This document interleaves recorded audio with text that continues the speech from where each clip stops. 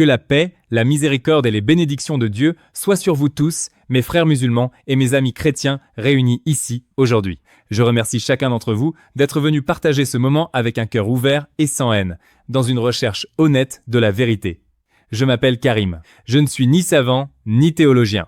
Je suis simplement un père de famille qui essaie, chaque jour, de transmettre à ses enfants une foi sincère et qui se pose parfois des questions que beaucoup d'entre vous se posent aussi en silence. Je tiens à dire au Dr Zakir Naik, avant même de poser ma question, combien j'admire la clarté avec laquelle il explique les textes sans jamais hausser le ton, sans jamais chercher à humilier qui que ce soit, mais toujours en cherchant l'éclaircissement. Dr Zakir Naik, voici ma question, celle que mon voisin chrétien m'a posée la semaine dernière autour d'un café et à laquelle je n'ai pas su répondre avec assez de clarté. Si Dieu est unique, s'il n'y a qu'un seul créateur pour l'univers entier, pourquoi existe-t-il autant de religions différentes sur cette terre? Qui a créé toutes ces religions si la vérité elle-même ne peut être qu'une? Bismillah ar-Rahman ar-Rahim. Au nom de Dieu, le tout miséricordieux, le très miséricordieux.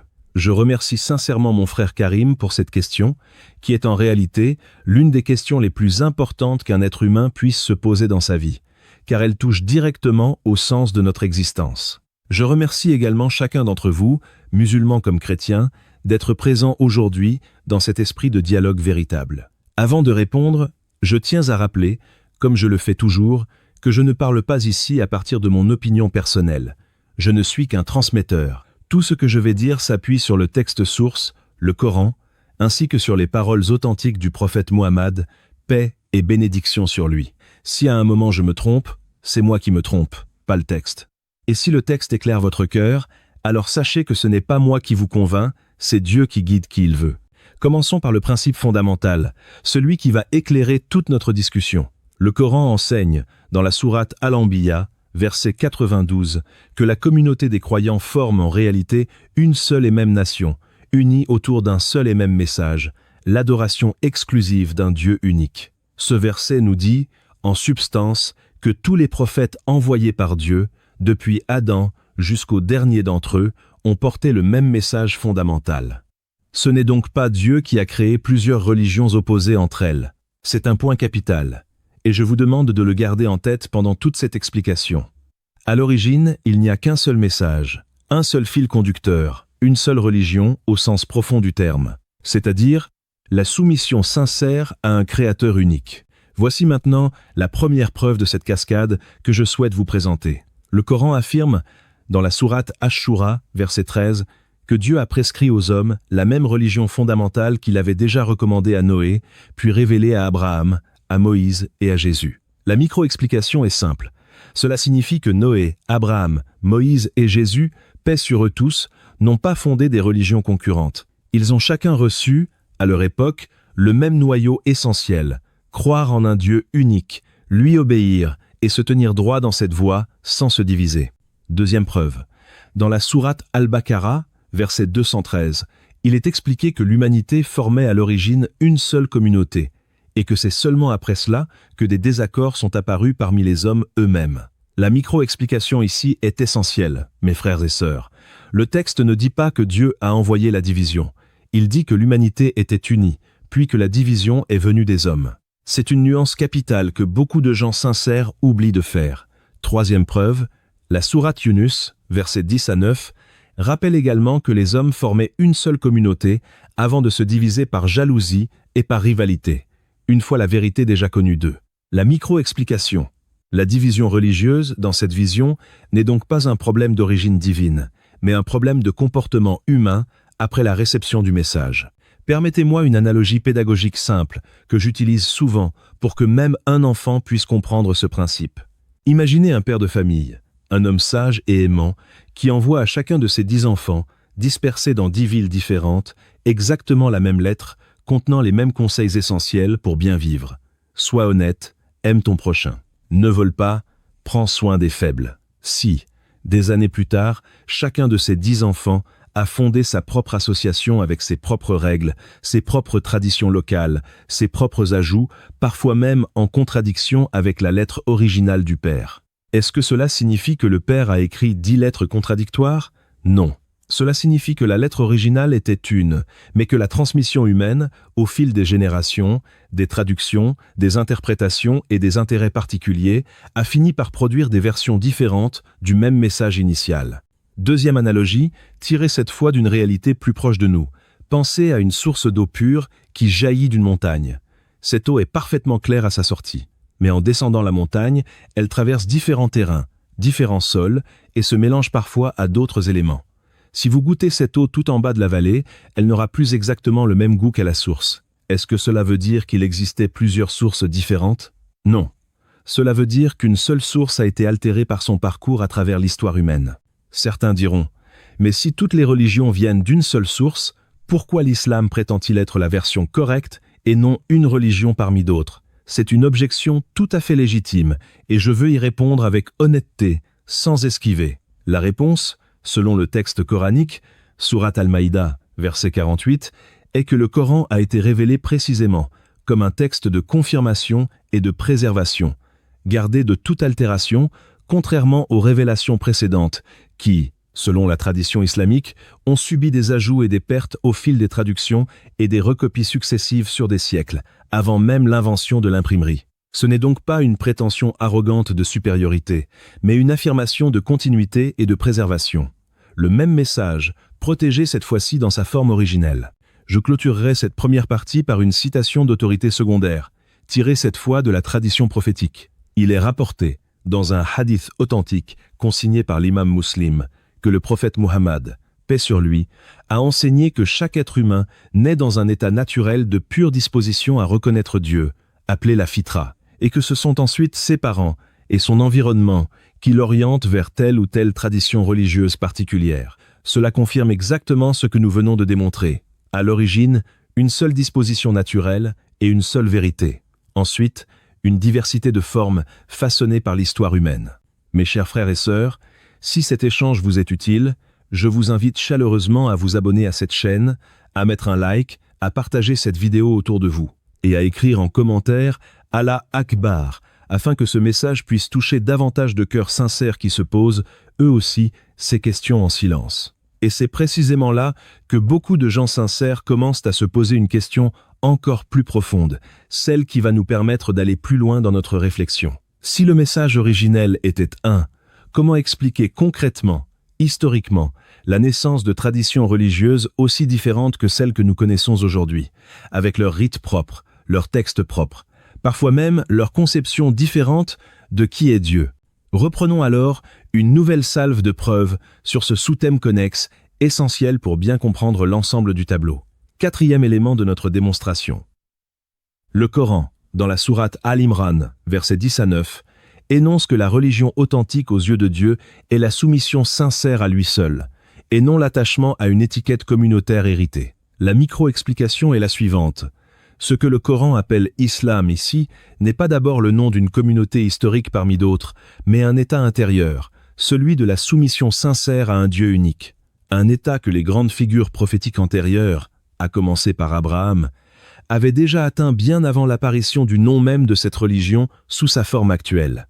Certains diront alors, mais comment peut-on parler de préservation d'un message unique, alors que les livres eux-mêmes, historiquement, ont été rédigés à des siècles de distance, par des auteurs différents, dans des langues différentes. N'est-ce pas précisément la preuve qu'il s'agit bien de textes distincts et non d'un seul message? Voici la réfutation que propose cette approche théologique. La diversité des langues et des époques de rédaction ne contredit en rien l'unité du message central. Un même principe de justice, par exemple, peut être exprimé en français, en arabe, en hébreu ou en araméen, à des siècles de distance, sans perdre son unité de fond. Ce que le Coran affirme, ce n'est pas que la forme littéraire des révélations était identique, mais que le contenu essentiel, l'unicité de Dieu, l'appel à la droiture, l'annonce d'un jugement dernier traverse l'ensemble des révélations prophétiques comme un fil rouge cohérent. Cinquième élément de preuve. La sourate Al-Baqarah, verset 136, invite les croyants à déclarer leur foi non seulement en ce qui a été révélé à travers le Coran, mais aussi en ce qui a été donné à Abraham, à Ismaël, à Isaac, à Jacob et aux tribus, ainsi qu'en ce qui a été confié à Moïse et à Jésus, en précisant qu'aucune distinction de valeur n'est faite entre ces messagers dans leur fonction de transmetteurs d'un même message divin. La micro-explication. Cela signifie concrètement qu'un musulman, selon sa propre tradition, est théoriquement tenu de respecter et d'honorer les figures fondatrices des traditions juives et chrétiennes, non pas comme des figures étrangères, mais comme des maillons de la même chaîne prophétique. 6e élément. La sourate Al-Maïda, versets 44 à 48, décrit un mouvement de révélations successives, chacune venant confirmer et parfois ajuster celle qui l'a précédée. Un peu comme des mises à jour successives d'un même message central, adapté à des contextes historiques différents, mais fidèles à un cœur théologique commun. Permettez-moi une nouvelle réfutation, car une deuxième objection surgit souvent à ce stade de la réflexion. Certains diront que si toutes ces traditions viennent réellement de la même source, pourquoi contiennent-elles des affirmations théologiques qui semblent, aujourd'hui, incompatibles entre elles, notamment sur la nature même de Dieu? La réponse proposée ici est la suivante. Précisément parce que la transmission humaine, sur des siècles, avec des traductions, des conciles, des choix éditoriaux et des influences culturelles locales, a pu introduire des divergences d'interprétation qui n'existaient pas dans le message originel. Le Coran ne nie donc pas la sincérité des croyants des autres traditions. Il propose plutôt de revenir, par-delà les divergences accumulées, au monothéisme pur des origines, à ce retour à l'origine qui est au cœur même de son message. Le ton s'affirme, mes frères et sœurs, à mesure que nous avançons dans cette réflexion, car plus nous examinons les textes, plus la cohérence de cette vision apparaît clairement. Ce ne sont pas plusieurs religions rivales que Dieu aurait créées pour diviser l'humanité et la tester d'une manière absurde. C'est un unique fil de lumière, tissé à travers l'histoire, qui a traversé des peuples différents, des langues différentes, des siècles différents, et qui a parfois été fragilisé, dilué, réinterprété par la main de l'homme, sans jamais s'éteindre complètement. Alors, mes chers frères et sœurs, permettez-moi de reformuler notre question centrale sous une forme plus directe, presque comme un dilemme que chacun d'entre vous devra un jour trancher dans son propre cœur. Ou bien vous croyez qu'un Dieu unique, sage et cohérent, a délibérément semé la confusion et la division religieuse sur cette terre sans raison.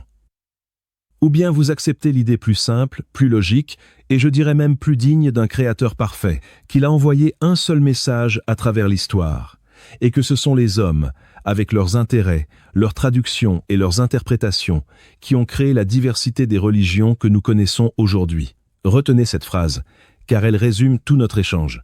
Ce n'est pas Dieu qui a multiplié les religions, ce sont les hommes qui ont multiplié les chemins loin d'un seul et même message d'origine. Avant de nous quitter, je tiens à inviter chacun d'entre vous, avec toute la chaleur de mon cœur, à s'abonner à cette chaîne dédiée au dialogue véritable entre l'islam et le christianisme. Abonnez-vous, mettez un like à cette vidéo, partagez-la autour de vous, à vos proches, à vos collègues, à vos amis, car vous ne savez jamais qui cela peut toucher. Peut être qu'une seule personne, quelque part cherchant elle aussi une réponse honnête à cette même question, tombera sur cette vidéo au moment exact où elle en avait besoin, et son cœur s'ouvrira à la lumière. Un simple partage peut, par la permission de Dieu, changer une vie entière. N'hésitez donc pas non plus à laisser vos questions en commentaire, celles qui vous habitent en silence, celles que vous n'osez peu être pas posées à voix haute autour de vous, car elles pourront nourrir un prochain échange sur cette chaîne. Dans ce même esprit de recherche honnête de la vérité, de cœur ouvert et de dialogue sans haine entre croyants sincères. Poursuivons maintenant plus profondément dans cette réflexion, car il ne suffit pas de dire que les hommes ont multiplié les chemins loin du message originel. Il faut encore comprendre, concrètement, par quels mécanismes historiques cette multiplication s'est produite, afin que personne ici ne pense qu'il s'agit d'une simple affirmation en l'air, sans fondement solide. Le Coran lui-même ne se contente pas d'affirmer l'unité du message d'origine. Il décrit également, avec précision, le processus par lequel ce message a pu être altéré au fil du temps. Et c'est ce processus que je souhaite maintenant détailler devant vous, toujours à partir du texte source, jamais à partir de mon opinion personnelle. Le Coran emploie, dans plusieurs versets, le terme de tarif, que l'on peut traduire par distorsion ou altération. Dans la sourate An-Nisa, verset 46, il est indiqué qu'une partie de ceux qui avaient reçu les révélations antérieures déplaçaient les mots de leur contexte original, changeant ainsi le sens même de ce qui leur avait été confié. La micro-explication est la suivante, mes frères et sœurs. Il ne s'agit pas ici d'accuser des individus précis de mensonges délibérés à chaque génération, mais de décrire un phénomène humain bien connu, celui de la dérive progressive d'un texte transmis oralement, puis recopié à la main, siècle après siècle, avant l'apparition de l'imprimerie, sans système universel de vérification centralisée. 7e élément de cette cascade de preuves. La sourate Al-Baqarah, verset 79, met en garde contre ceux qui écrivent le texte sacré de leurs propres mains, puis prétendent que cela vient directement de Dieu, dans le but d'en tirer un profit limité et passager. La micro-explication est simple à comprendre pour n'importe qui parmi vous. À chaque époque de l'histoire humaine, il existe des individus, parfois bien intentionnés et parfois non, qui ajoutent des commentaires, des interprétations, des traditions locales au texte originel, et qui finissent, au fil des générations, par confondre l'ajout humain avec la parole divine elle-même. Ce n'est pas une accusation contre une communauté entière, c'est une description honnête d'un phénomène universel de transmission textuelle. Permettez-moi ici une analogie très concrète que je donne souvent aux plus jeunes d'entre vous pour qu'ils comprennent bien ce mécanisme. Imaginez un message chuchoté à l'oreille d'une première personne, qui le transmet ensuite à une deuxième, qui le transmet à son tour à une troisième, et ainsi de suite, à travers 100 personnes différentes, sans aucun support écrit fiable pour vérifier le message d'origine. Vous savez tous, par expérience, ce qui se passe. Le message final, après 100 transmissions orales, ressemble rarement au message initial. Ce n'est pas nécessairement parce que quelqu'un a menti délibérément, c'est simplement la nature humaine de la transmission sur une longue chaîne qui produit cette dérive progressive. Or, l'histoire des textes religieux antérieurs au Coran, avec leurs multiples traductions successives, de l'hébreu ancien au grec, puis du grec au latin, puis du latin vers les langues européennes modernes, a connu exactement ce type de chaîne de transmission longue et complexe, avec des choix éditoriaux, des suppressions de passages jugés gênants par certains conciles, et des ajouts destinés à répondre aux débats théologiques de chaque époque. Deuxième analogie, plus moderne celle-ci, pensez à une photocopie que l'on refait à partir d'une photocopie, elle-même refaite à partir d'une autre photocopie, et ainsi de suite pendant des dizaines de générations, sans jamais revenir au document original. Chaque nouvelle copie perd légèrement en netteté, accumule de petites imperfections, jusqu'à ce que la version finale, bien que reconnaissable, ne soit plus tout à fait fidèle au document de départ. C'est exactement ce phénomène que le Coran vient corriger, en se présentant lui-même, dans la sourate Al-Hijr, verset 9, comme un texte que Dieu s'engage lui-même à préserver intact jusqu'à la fin des temps. Contrairement aux révélations antérieures qui n'avaient pas bénéficié d'une telle garantie explicite de préservation. Certains diront alors, et c'est une objection tout à fait sérieuse, qu'il convient de traiter avec respect, si Dieu voulait réellement préserver un message unique pour l'humanité entière, pourquoi ne pas avoir simplement empêché toute altération dès le début, plutôt que d'attendre des siècles avant d'envoyer une révélation finale censée corriger les précédentes? C'est une question légitime, et voici la réfutation que le texte islamique propose à travers plusieurs principes convergents. Le Coran enseigne, dans la sourate Al-Baqarah, verset 256, qu'il n'y a pas de contrainte en religion, ce qui signifie que Dieu, selon cette vision théologique, a délibérément laissé à l'être humain une liberté de choix et une responsabilité morale, y compris dans la manière dont il transmet et préserve ce qui lui a été confié.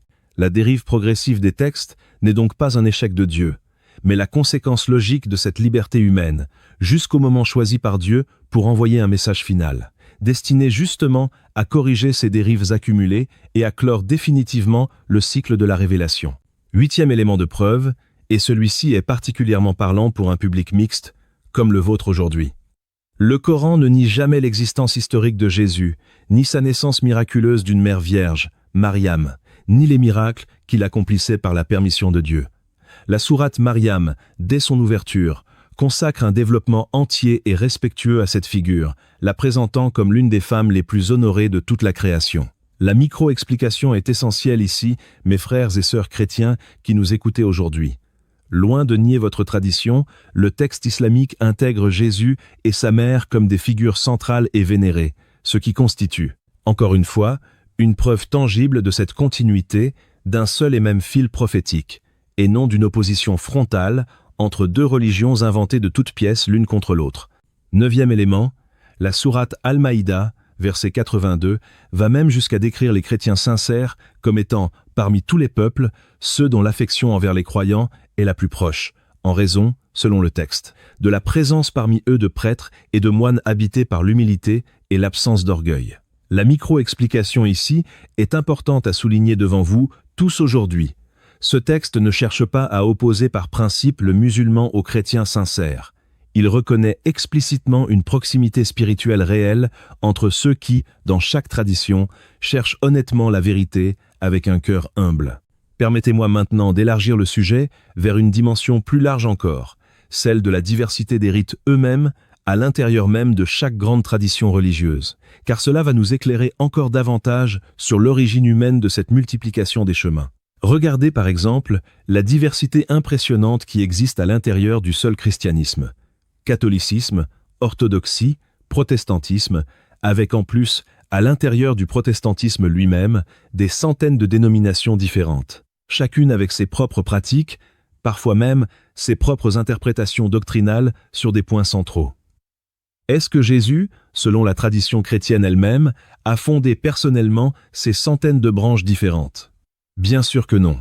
C'est le même mécanisme historique que nous venons de décrire, un message unique à l'origine, puis une multiplication progressive à travers l'histoire humaine.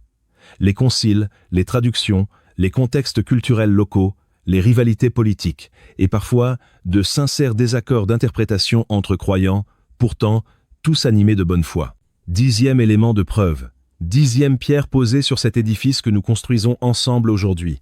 Le Coran, dans la sourate Ar-Rum, verset 30, parle de la fitra, cette disposition naturelle innée que Dieu a inscrite en chaque être humain dès sa création.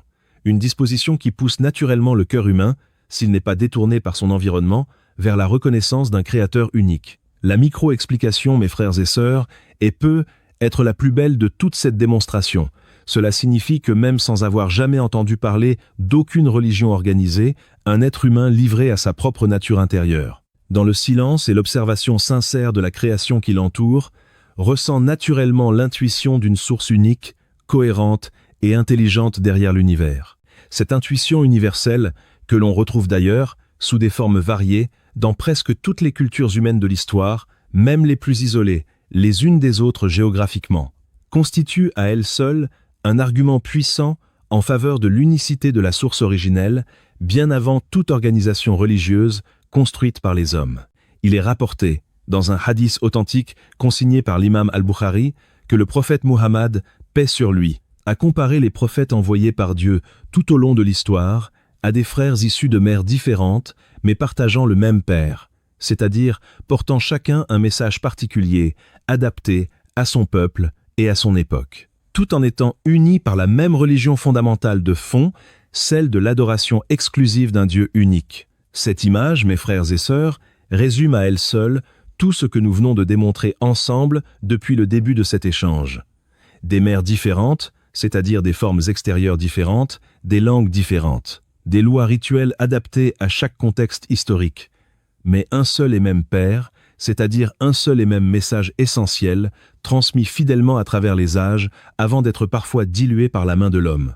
Et c'est précisément là que beaucoup de gens sincères, en creusant plus profondément encore cette question, commencent à se demander autre chose, une question presque plus troublante que la première. Si la vérité originelle était si simple, si évidente, pourquoi l'être humain, à travers toute son histoire, a-t-il eu une telle tendance à la compliquer, à l'orner, à la diviser en dénominations rivales, parfois même jusqu'à la violence entre frères, censés pourtant croire au même Dieu unique? C'est une question à laquelle je souhaite maintenant consacrer toute mon attention, car elle touche non seulement à la théologie, mais à la psychologie profonde de l'être humain face au sacré. Le Coran offre, sur ce point précis, une explication d'une richesse remarquable. Dans la sourate Al-Imran, verset 105, il est mis en garde contre le fait de se diviser après avoir pourtant reçu des preuves claires, division causée, selon le texte. Non par un manque d'information, mais par un excès d'orgueil et de rivalité entre groupes humains, cherchant chacun à affirmer sa propre supériorité plutôt qu'à préserver l'unité du message reçu. La micro-explication ici, mes chers frères et sœurs, est profondément humaine et universelle. Ce n'est pas la complexité du message divin qui a produit la division religieuse, c'est la nature humaine elle-même, avec son besoin d'appartenance à un groupe distinct, son besoin de se démarquer, son besoin parfois de pouvoir et de prestige à travers la direction d'une communauté religieuse particulière, qui a transformé un message simple en un ensemble de traditions rivales et concurrentes. 11e élément de preuve pour continuer notre cascade. La sourate Al-An'am, verset 159, avertit clairement ceux qui ont divisé leur religion en sectes et en factions séparées, précisant que Dieu seul jugera, au jour dernier, ce qu'ils faisaient réellement dans leur cœur. La micro-explication, mes frères et sœurs, est une invitation à l'humilité pour chacun d'entre nous, quelle que soit notre tradition d'appartenance. Ce verset ne condamne pas la diversité en elle-même comme un mal absolu, mais met en garde contre l'esprit de faction, c'est-à-dire cette tendance humaine à préférer la loyauté envers son propre groupe plutôt que la fidélité envers la vérité elle-même, quelle que soit la communauté d'où elle provient. Permettez-moi une dernière analogie pour cette partie de notre échange, une analogie qui parlera, je crois, à chacun d'entre vous, musulmans comme chrétiens. Imaginez une grande famille, dispersée sur plusieurs continents depuis plusieurs générations, descendant tous d'un même ancêtre commun. Avec le temps, chaque branche de cette famille a développé ses propres coutumes locales, sa propre langue, parfois même son propre nom de famille, légèrement modifié selon les administrations traversées au fil des migrations. Certaines branches, avec le temps, ont même fini par oublier qu'elles partageaient un ancêtre commun avec les autres branches, allant parfois jusqu'à se considérer comme des familles totalement étrangères, les unes aux autres, voire rivales. Et pourtant, un test généalogique sérieux, remontant patiemment jusqu'à la source commune, révélerait immédiatement ce lien de parenté oublié. C'est exactement, mes frères et sœurs, ce que ce dialogue essaie de faire aujourd'hui entre nous. Remonter patiemment, texte après texte, preuve après preuve, jusqu'à la source commune que l'histoire humaine a progressivement fait oublier à beaucoup de gens sincères, sans que cela soit toujours de leur faute personnelle. 12e élément. Avant de conclure cette section, la sourate Al-Hujurat, verset 13, rappelle que Dieu a délibérément créé les êtres humains en peuples et en tribus différentes, non pas pour qu'ils se méprisent ou se combattent entre eux, mais précisément pour qu'ils apprennent à se connaître les uns les autres. La micro-explication peut être la plus importante de toute cette deuxième partie de notre échange. La diversité elle-même, qu'elle soit culturelle, linguistique ou même religieuse dans ses formes extérieures, n'est pas présentée dans ce texte comme une malédiction ou une erreur de Dieu, mais comme une occasion de connaissance mutuelle, de dialogue véritable, exactement comme celui que nous vivons ensemble ici même aujourd'hui, dans cet espace public. Entre musulmans et chrétiens réunis avec sincérité et sans haine, à la recherche honnête d'une vérité qui, au fond, nous dépasse tous et nous rassemble bien plus qu'elle ne nous divise. Allons maintenant un peu plus loin dans ce raisonnement, car il ne suffit pas de dire que les hommes ont multiplié les chemins. Il faut comprendre comment, concrètement, cette multiplication s'est produite dans l'histoire. Le Coran ne se contente pas d'affirmer l'unité du message d'origine, il décrit aussi le mécanisme par lequel ce message a pu être déformé au fil des siècles. Le Coran utilise, à plusieurs reprises, le terme de tarif, que l'on peut traduire par distorsion. Dans la sourate An-Nisa, verset 46, il est indiqué qu'une partie de ceux qui avaient reçu des révélations antérieures déplaçaient les mots de leur sens original. La micro-explication est simple. Il ne s'agit pas d'accuser des individus précis à chaque génération, mais de décrire un phénomène humain bien connu, celui de la dérive d'un texte transmis oralement, puis recopié à la main, siècle après siècle, sans système universel de vérification. Permettez-moi une image simple. Imaginez un message chuchoté à l'oreille d'une première personne, transmis ensuite de bouche à oreille à travers 100 personnes différentes, sans aucun support écrit fiable. Vous savez tous ce qui se passe. Le message final ressemble rarement au message initial. Ce n'est pas nécessairement un mensonge délibéré, c'est simplement la nature humaine de la transmission longue qui produit cette dérive. Or, l'histoire des textes religieux antérieurs, avec leurs multiples traductions successives, d'une langue ancienne vers une autre, puis vers les langues modernes, a connu exactement ce type de chaîne longue et complexe. C'est précisément pour cela que le Coran se présente lui-même, dans la sourate Al-Hijr, verset 9, comme un texte que Dieu s'engage à préserver intact jusqu'à la fin des temps, contrairement aux révélations antérieures qui n'avaient pas bénéficié d'une telle garantie explicite. Certains diront alors, si Dieu voulait préserver un message unique, pourquoi ne pas avoir empêché toute altération dès le début?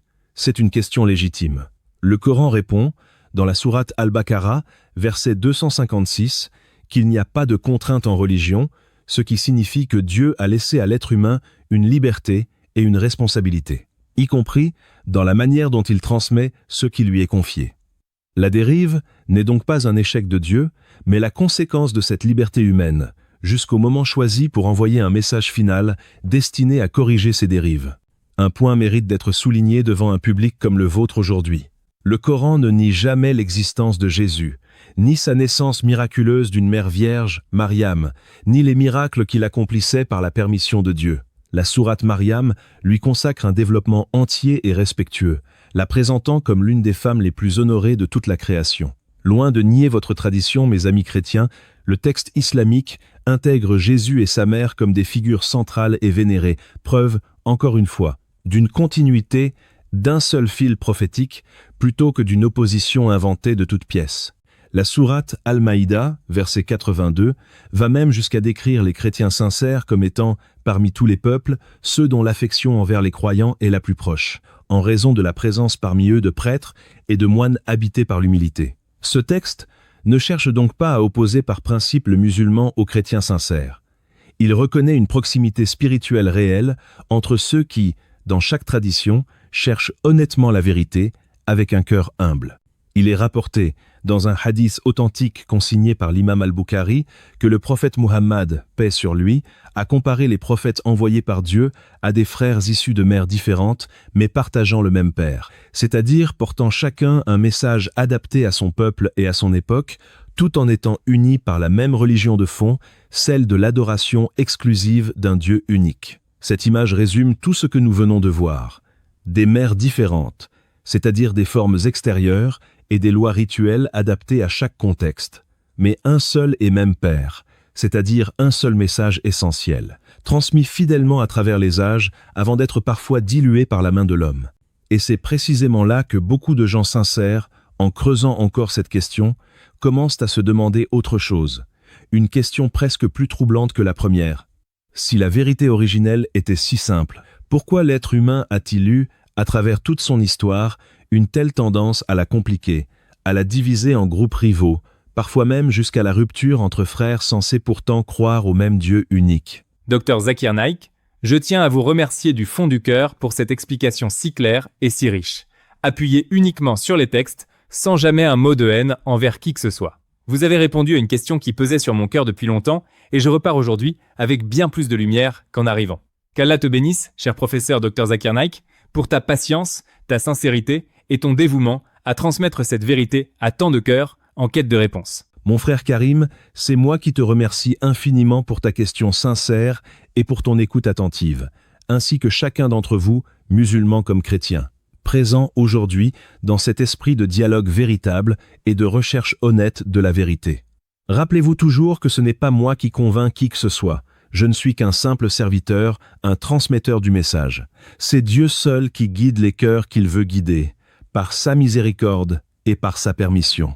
Avant de nous quitter, je vous invite chaleureusement à vous abonner à la chaîne Parole d'Al-Islam, à mettre un like à cette vidéo, à la partager autour de vous, à vos proches, à vos amis, à vos collègues, car vous ne savez jamais quel cœur cela pourra toucher. Un simple partage peut, par la permission de Dieu, changer une vie entière. N'hésitez surtout pas à laisser vos questions en commentaire, celles qui vous habitent en silence, celles que vous n'osez peu être pas posées autour de vous, car elles nourriront nos prochains échanges sur ce chemin de dialogue sincère, de cœur ouvert et de lumière partagée entre croyants.